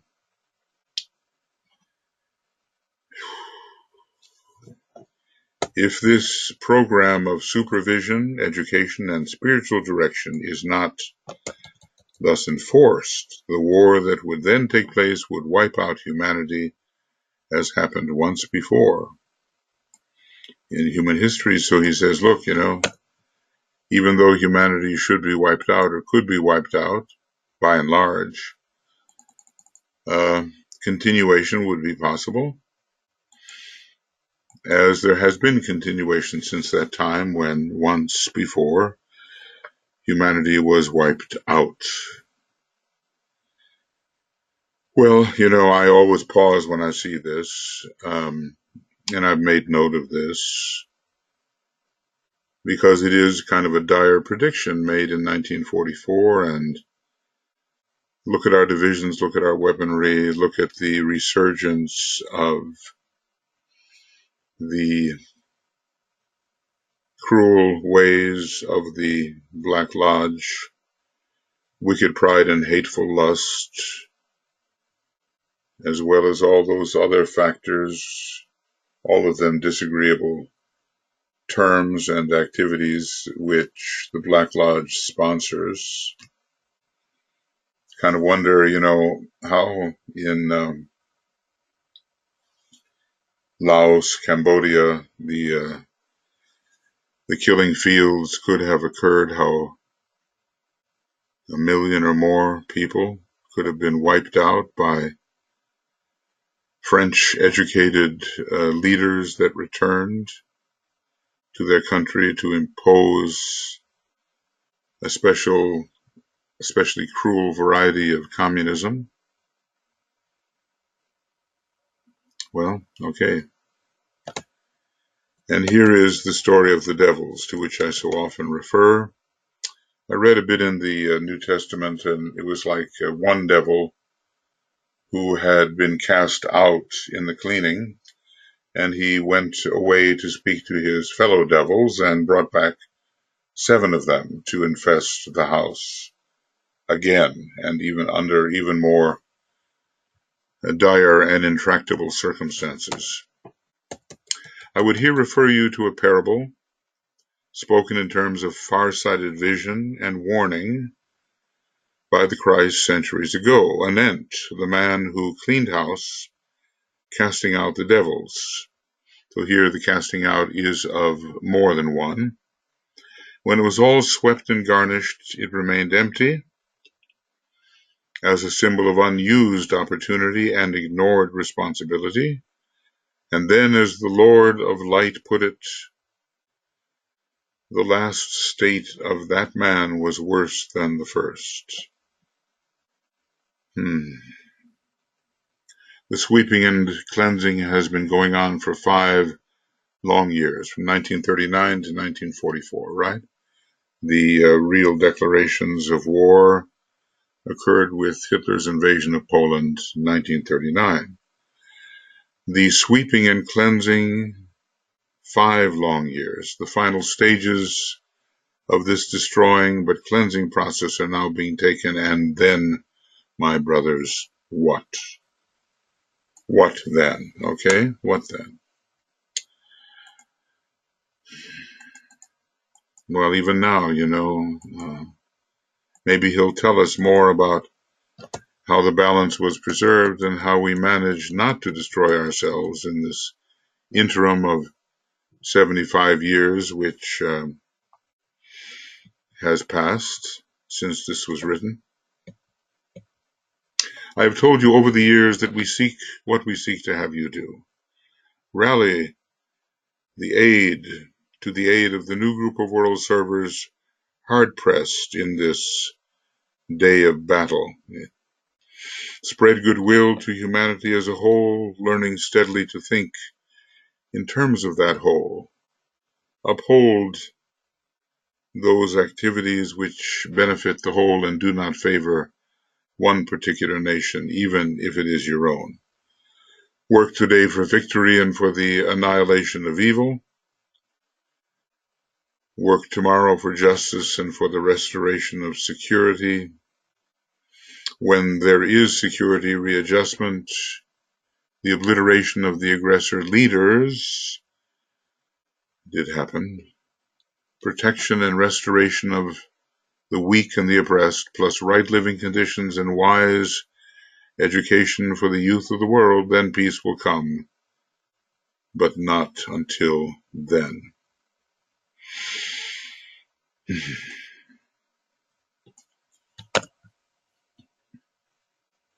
Well, there's so much more to be done in terms of the educational work. Some of the leaders have been eliminated. Maybe the most dangerous. There are still megalomaniacal leaders who look at themselves as very special and who want to be dictators over their nation and who knows, over the world. I'm sure that Hitler conceived of that to be the dictator king over all the nations of the world. I guess he would have run into Japan. It would have been difficult. But DK goes on.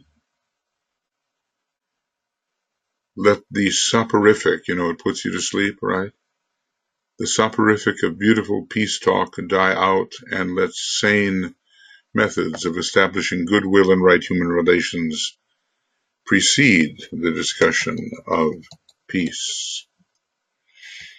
The world talked itself into a dreamy state of idealistic rhapsody about peace between the first phase of this world war and the present one. This must not again occur, and it is the task of the intelligent humanitarian to prevent it. We're told everywhere there will be the cry of peace, peace, but there will be no peace. Speaking of the coming times, when the coming times were the times through which we are living now, a realistic vision of the potentials of human goodness and the depths of human iniquity must be cultivated. Realism in the mental apparatus, and not letting that Neptunian sixth ray go too far in proclaiming that the ideal is present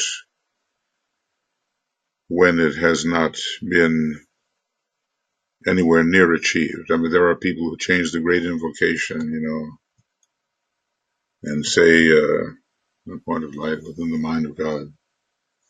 Light is streaming forth into the minds of men. Love is streaming forth into the hearts of men, and the will is being done, and everything is fine, God's in his heaven, and all's right with the world. It's really fatuous, and yet they don't see it. So he really is emphasizing the obstructive nature of the rhapsodic, unrealistic idealists. Now, here we are. This is May 1944. May 8th is the full moon. We've been told of the tremendous work which behind the scenes the Buddha and the Christ will be conducting, and the shift from the will to power to the will to good. We've been told of all those things, and maybe, to a degree they must have taken place, and the outcome of the war was the desirable outcome. However, the aftermath of the war reminds us of that man who swept his house clean of many devils and then left the house empty. And there again they gathered, only in greater force. So we must use our opportunities. We can't just, let the field lie fallow forever. And a house must be used, vehicle, equipment, it all must be used. For the work to be done during the next 12 months and then continued during the ensuing years, the post-war years, I make one last appeal. Should those such sentences give the reader a bit of an electric shock, even though the time has passed, it gives me an electric shock. Stand with fixed intent, implementing the massed intent of the unthinking, the terrified, and the distressed and weak. Cooperate with the new group of world servers in every land, because, many advanced disciples are in the new group of world servers, more advanced than the ones to whom he is writing. Let the full moons of May and June constitute high points of spiritual attainment which can and will condition your daily life and service during the ensuing year. Let nothing deter you. Nothing from any quarter causes the Christ to deviate from his planned purpose. Just insofar as his purposes coincide with your sole purpose, move outward into the wider field of service. If you feel no response to world need and no call to serve, then beware and seek a deeper measure of soul contact and spiritual relationship. Every word spoken or written at this time by an aspirant or a disciple is of a definite potency, either good or bad. Well, we are being assailed by the environmental effects for which we are responsible. And our ability to sustain our life upon this planet is questionable. If the global warming continues, it's, all part of an initiation of our planetary logos, but at the same time, it's more. Responsibility also rests with humanity. You know about the new group of world servers. Well, here it is, 1944, and already in the early 30s, he was announcing their existence. The work of the men and women of goodwill has been presented to you. The request for the forming of triangles of light and of goodwill has been placed clearly before you. I'm seeing, how the Lucis Trust, of course, responded to this by instituting, desks in their headquarters which were responsible for these things. The need for clear thinking is plain. The hierarchy asks for your aid and your support in the arena of world affairs. I have myself laid my plans before you. There the program must be left to be carried out by you, if you choose. For a quarter of a century, since 1919, that's 25 years, isn't it? Up to 44. When this is written, I have taught you. I now ask for your cooperation in our mutual responsibility, the helping of humanity. One last thing, he asks, one last thing. It's so fascinating to see the perspective that he adopts. And I make one last appeal, and I'm going to make that very big because we have to realize the earnestness and the urgency with which these things are said. And then, though we may be older now, test ourselves against these requirements.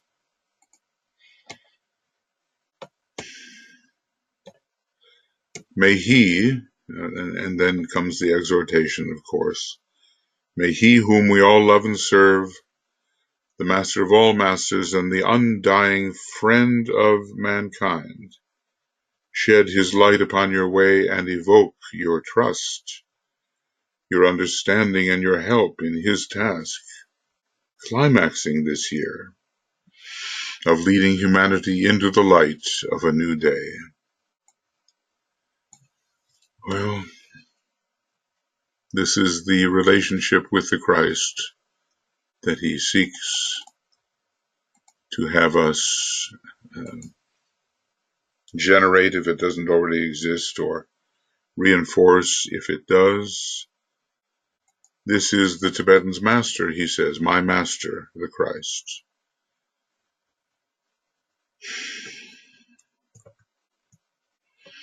It's, he gives the charge at the end of these important essays. He gives the charge.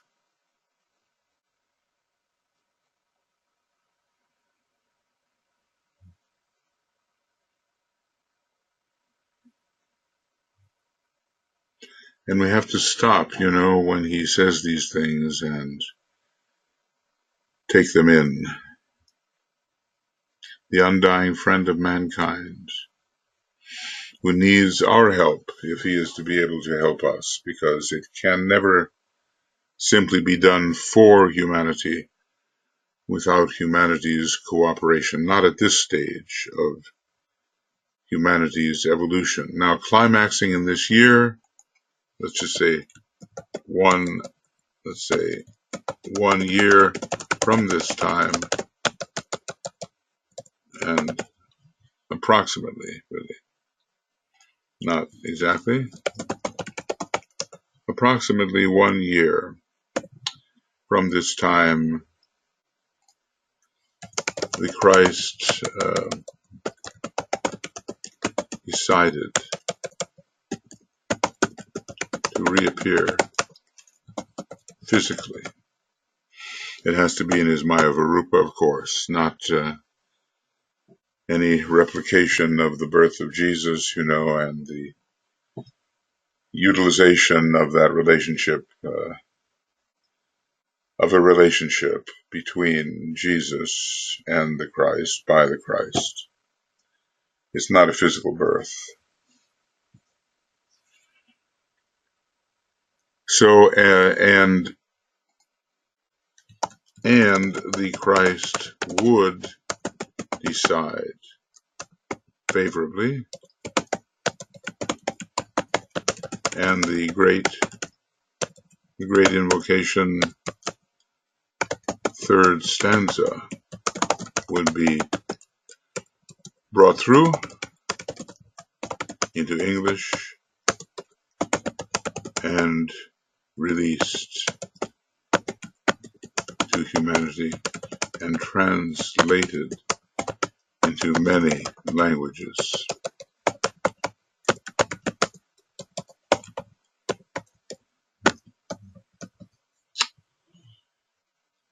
Well, one gets the sense of participating in a very big process which began long ago. Maybe it takes us back to Atlantean days. I think the great majority of us did live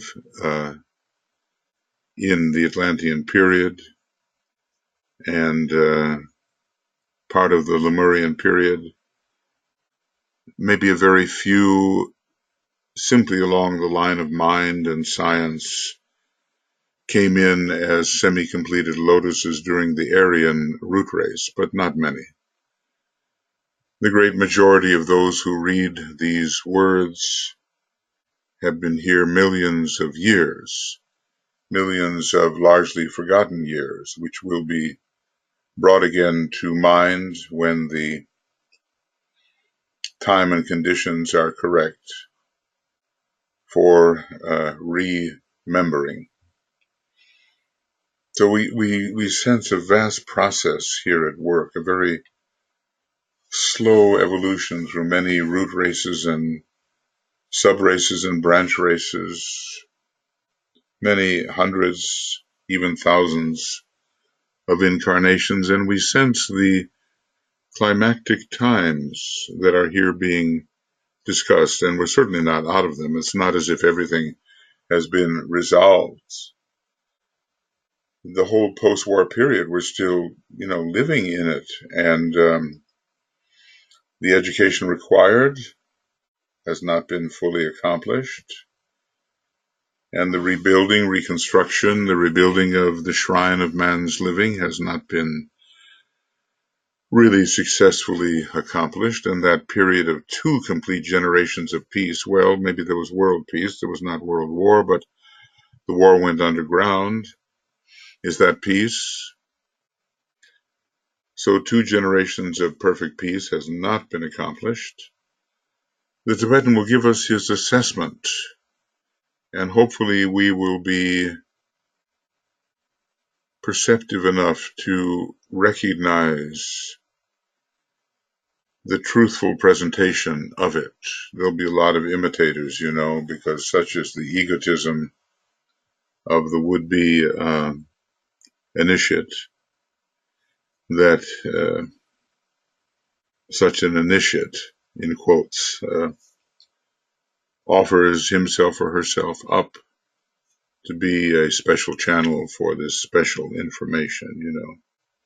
You see it happening now. You see it. People just decide, well, look, I can channel Master Moria, I can channel the Tibetan, or whomever I'm channeling, I can do that. And they set about to do it, ignoring all of the warnings about such a process and falling into this glamour of special selection. Why, oh, why did the Tibetan choose me to do this? Because they will have talked themselves into the idea that the Master selected them to carry on his work.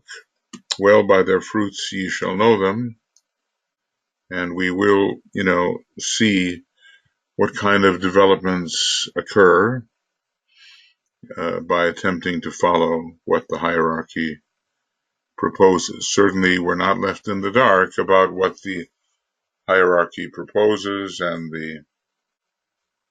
the energies are named, and our relationship to them is explained. Well, okay, look, I haven't any idea really where I am here. I just know that we're on page 445, really, and I think we began on 437.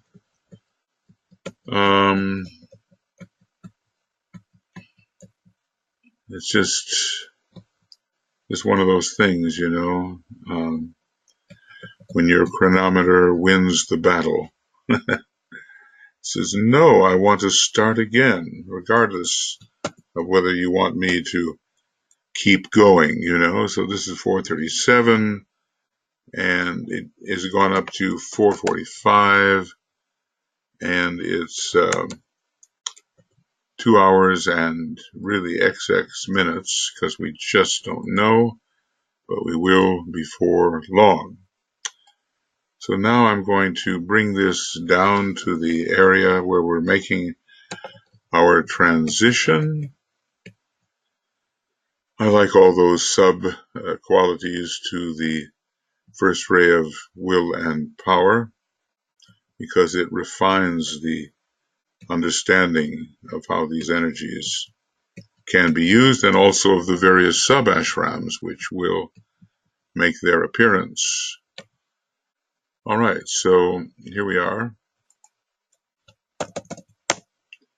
And let's just say that we're here, and we've ended number 44, approximately 2 hours and XX minutes. And we're going to begin number 45 at XX hours. And we'll begin from page, now this was, let's see, 437, if I have it right, to 445. I see we've jumped into 2 months before the surrender of the Germans. Yeah, we have done that. And this has been the date, the 20th, and when this will resume, I cannot tell. Maybe today and maybe months from now. So I hope that is sufficient for the moment. And I'll just say, thank you for being here. And, when it comes to the sound quality, some of it will probably sound like it's being spoken in a grain silo, and others, when this has been plugged in properly, better. Let's just hope that that is the case. So lots of love, many blessings, meditate deeply, study intensively, and apply the best you can all that you absorb, and we'll take up this idea of the cycle of conferences into which we have entered and surely now participate. It does go on, does it not? Okay, we'll see you soon.